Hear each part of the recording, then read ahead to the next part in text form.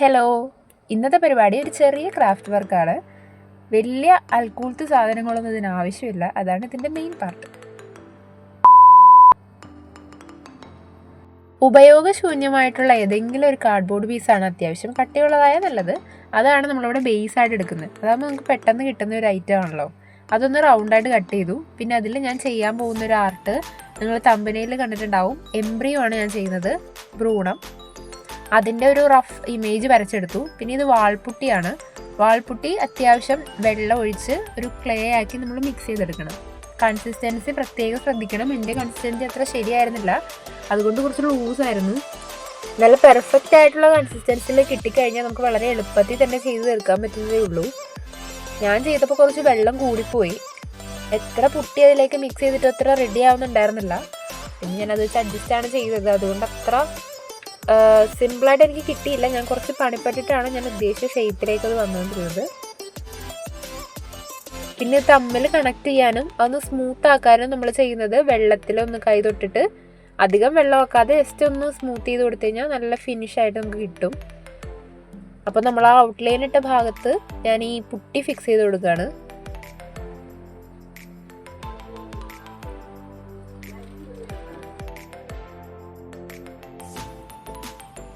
ഇതുപോലെ wall putty, paint ഇതൊക്കെ അടുത്ത് ഉപയോഗിക്കുന്നവരാണെന്നുണ്ടെങ്കിൽ മാസ്ക് ഉപയോഗിച്ചാൽ നല്ലതായിരിക്കും. അതർവൈസ് ഇതുപോലെ കോൾഡ് പിടിച്ച സൗണ്ടിൽ സംസാരിക്കേണ്ടി വരും.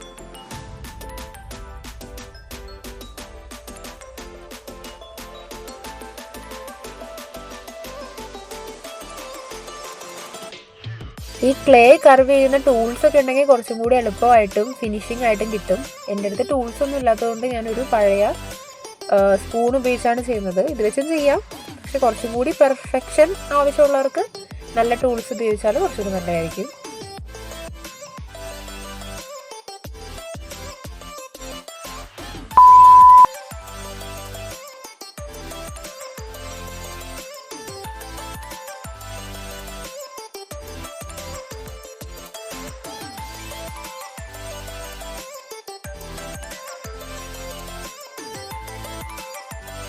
നമ്മുടെ ഫൈനൽ പാർട്ടായ പെയിൻറ്റിംഗ് ആണ്. ഇവിടെ കുറച്ചും കൂടി നല്ല കളർ കോമ്പിനേഷൻസ് നമ്മൾ ചൂസ് ചെയ്താൽ കുറച്ചുകൂടി ഒരു അട്രാക്റ്റീവ് ആയിരിക്കും നമ്മുടെ ഫൈനൽ ലുക്ക്. കൂടുതലും ഒരു റെഡിഷ് ഷെയ്ഡ് വരുന്നതായിരിക്കും നല്ലത്, കാരണം നമ്മുടെ ഇൻറ്റീരിയർ പാർട്ടാണല്ലോ.